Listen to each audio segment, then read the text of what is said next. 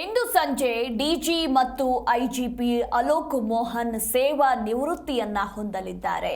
ಹೀಗಾಗಿ ನಿವೃತ್ತಿ ಹಿನ್ನೆಲೆಯಲ್ಲಿ ಇಲಾಖೆಯಿಂದ ಬೀಳ್ಕೊಡುಗೆಯ ಕವಾಯತು ಆಯೋಜನೆ ಮಾಡಲಾಗಿದೆ. ಮಡಿವಾಳ ಕೆಎಸ್ಆರ್ಪಿ ಮೈದಾನದಲ್ಲಿ ಪರೇಡ್ಗೆ ಆಯೋಜನೆ ಮಾಡಲಾಗಿರುವಂಥದ್ದು. ಪೊಲೀಸ್ ಇಲಾಖೆಯ ಎಲ್ಲ ಹಿರಿಯ ಅಧಿಕಾರಿಗಳು ಇಲ್ಲಿ ಭಾಗಿಯಾಗಲಿದ್ದಾರೆ. ಪೊಲೀಸ್ ಪರೇಡ್ ಮೂಲಕ ಅಲೋಕ್ ಮೋಹನ್ರಿಗೆ ಬೀಳ್ಕೊಡುಗೆ ಮಾಡಲಾಗುತ್ತೆ. ನೂತನ ಪೊಲೀಸ್ ಮಹಾನಿರ್ದೇಶಕರನ್ನ ಸರ್ಕಾರ ಇನ್ನೇನು ನೇಮಿಸಲಿದೆ. ನೂತನ ಡಿಜಿ ಅಂಡ್ ಐಜಿಪಿ ಯಾರಾಗ್ತಾರೆ ಅನ್ನೋ ಪ್ರಶ್ನೆ ಕೂಡ ಈ ಮೂಲಕ ಮೂಡಿ ಬರ್ತಾ ಇರುವಂಥದ್ದು.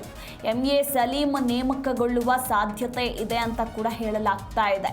ಮತ್ತೊಂದು ಕಡೆ ಇವತ್ತು ಅಲೋಕ್ ಮೋಹನ್ ಸೇವಾ ನಿವೃತ್ತಿಯನ್ನ ಹೊಂದಲಿದ್ದು, ಹೀಗಾಗಿ ಅವರನ್ನ ಬೀಳ್ಕೊಡುಗೆಗೆ ಮಡಿವಾಳ ಕೆಎಸ್ಆರ್ಪಿ ಮೈದಾನದಲ್ಲಿ ಪರೇಡ್ ಆಯೋಜನೆ ಕೂಡ ಮಾಡಲಾಗಿದೆ. ನಿವೃತ್ತಿ ಹಿನ್ನೆಲೆಯಲ್ಲಿ ಇಲಾಖೆಯಿಂದ ಈ ಒಂದು ಬೀಳ್ಕೊಡುಗೆಯ ಕವಾಯತು ನಡೆಯಲಿದೆ.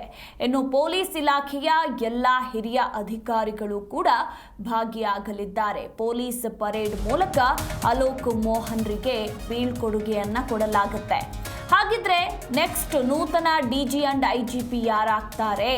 ಸದ್ಯಕ್ಕೆ MA ಸಲೀಂ ನೇಮಕವಾಗುವ ಸಾಧ್ಯತೆ ಇದೆ ಅನ್ನೋ ಮಾತುಗಳು ಕೂಡ ಕೇಳಿ ಬರ್ತಾ ಇರುವಂಥದ್ದು. ಪ್ರಭಾರಿಯಾಗಿ ಕನ್ನಡಿಗ IPS MA ಸಲೀಂ ನೇಮಕಗೊಳ್ಳುವ ಸಾಧ್ಯತೆ ಇದೆ. 3 ತಿಂಗಳ ಅವಧಿಗೆ ಪ್ರಭಾರಿಯಾಗಿ MA ಸಲೀಂ ನೇಮಕಗೊಳ್ಳುವ ಸಾಧ್ಯತೆ ಇರುವಂಥದ್ದು. ಇವತ್ತು ಸಂಜೆನೆ ನೇಮಕದ ಆದೇಶವನ್ನ ಸರ್ಕಾರ ಹೊರಡಿಸಲಿದೆ ಅನ್ನೋದರ ಕುರಿತು ಕೂಡ ಮಾಹಿತಿ ಇರುವಂಥದ್ದು. ಈ ಕುರಿತು ಇನ್ನೂ ಹೆಚ್ಚಿನ ಡೀಟೇಲ್ಸ್ ಕೊಡ್ತಾರೆ ನಮ್ಮ ಪ್ರತಿನಿಧಿ ವಿಶ್ವನಾಥ್.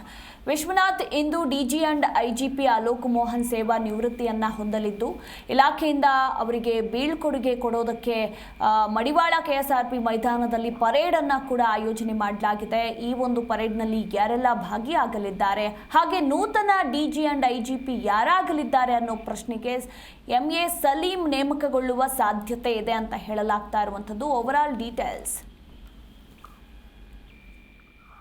ಮಧು, DG and IGP Alok Mohan ಅವರ ಒಂದು ಸೇವಾ ನಿವೃತ್ತಿ ಇವತ್ತಾಗುತ್ತೆ. ಕೆಲ ದಿನಗಳ ಹಿಂದೆನೆ ಅವರ ಅವಧಿ ಮುಗಿಬೇಕಾಗಿತ್ತು. ಆದ್ರೆ ಸರ್ಕಾರ ಒಂದು ಹೆಚ್ಚು ದಿನಗಳ ಕಾಲ ಅವರಿಗೆ ಅವಕಾಶ ಕೂಡ ಕೊಟ್ಟಿತ್ತು. ಹೀಗಾಗಿ ಇವತ್ತು ಅವರು ಸೇವೆಯಿಂದ ನಿವೃತ್ತಿ ಆಗ್ತಾರೆ. ಇನ್ನು ಅವರಿಗೆ ಏನು ಪೊಲೀಸ್ ಗೌರವ ಆಗಿರ್ಬೋದು ಮತ್ತು ಸೇವಾ ನಿವೃತ್ತಿ ಹಿನ್ನೆಲೆ ಕವಾಯತು ಏನಿರುತ್ತೆ, ಆ ಕವಾಯತಿನ ಮುಖಾಂತರವಾಗಿ ಅವರಿಗೆ ಬೀಳ್ಕೊಡುಗೆಯನ್ನು ಕೊಡ್ತಾ ಇರಲಾಗ್ತಾ ಇರುವಂತದ್ದು. ಇನ್ನು ಮಡಿವಾಳದ KSRP ಮೈದಾನದಲ್ಲಿ ಪೆರೇಡ್ ಕೂಡ ಆಯೋಜನೆ ಮಾಡಲಾಗಿದೆ. ಅದಕ್ಕೆ ಪೊಲೀಸ್ ಇಲಾಖೆಯ ಎಲ್ಲಾ ಹಿರಿಯ ಅಧಿಕಾರಿಗಳು ಕೂಡ ಭಾಗಿಯಾಗ್ತಾರೆ. ಪೊಲೀಸ್ ಪರೇಡ್ ಮೂಲಕ ಅಲೋಕ್ ಮೋಹನ್ಗೆ ಬಿಡುಗಡೆಯನ್ನು ಕೂಡ ಕೊಡಲಾಗುತ್ತೆ. ಇನ್ನು ಇವತ್ತು ಸಂಜೆಯ ಒಳಗಾಗಿ ನೂತನ DG IGP ಅವರ ನೇಮಕ ಕೂಡ ಆಗುತ್ತೆ. ಅನೇಕ ಹೆಸರುಗಳು ಕೂಡ ಕೇಳಿ ಬಂದಿದ್ವು. ಅಂದ್ರೆ DG IGP ಆಗೋದಕ್ಕೆ ಸಾಲು ಒಂದು ರೇಸ್ ನಲ್ಲಿ ಅನೇಕ ಹಿರಿಯ ಅಧಿಕಾರಿಗಳಿದ್ರು. ಅಂದ್ರೆ ADGP ರ್ಯಾಂಕಿಂಗ್ ಅಂದ್ರೆ DG ರ್ಯಾಂಕಿಂಗ್ ನ ಯಾರೆಲ್ಲ ಇದ್ದಾರೆ ಅವರೆಲ್ಲರೂ ಕೂಡ ರೇಸ್ ನಲ್ಲಿದ್ರು.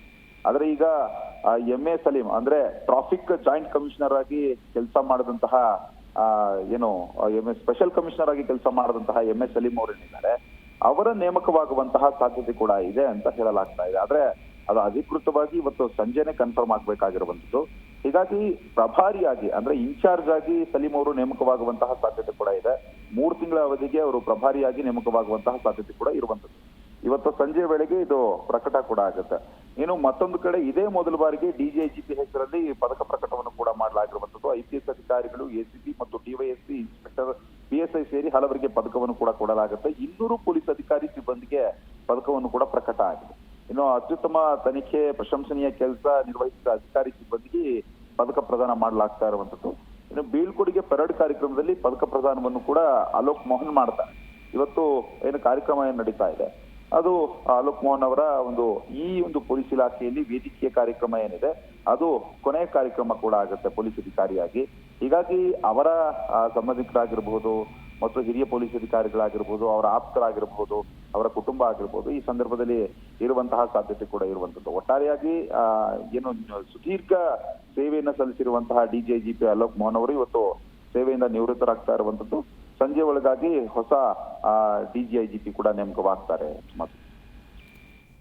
ಥ್ಯಾಂಕ್ ಯು ವಿಶ್ವನಾಥ್, ನಿಮ್ಮೆಲ್ಲ ಮಾಹಿತಿಗಾಗಿ.